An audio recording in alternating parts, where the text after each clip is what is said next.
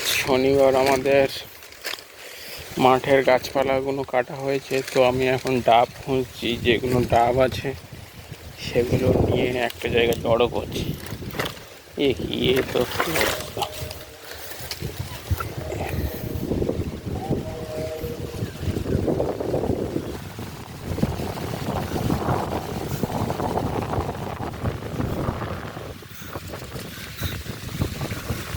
হাওয়ায় প্রচণ্ড হাওয়া বইছে আজ।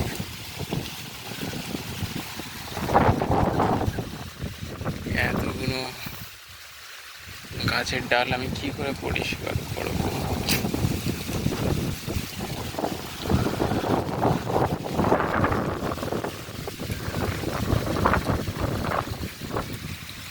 যাই হোক, হাওয়াটা দিচ্ছে বলে অতটা গরম হচ্ছে না।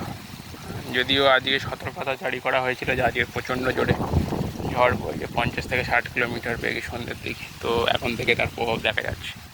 ঠিক আছে, এখন রাখছি, তাহলে কাজ করতে হবে।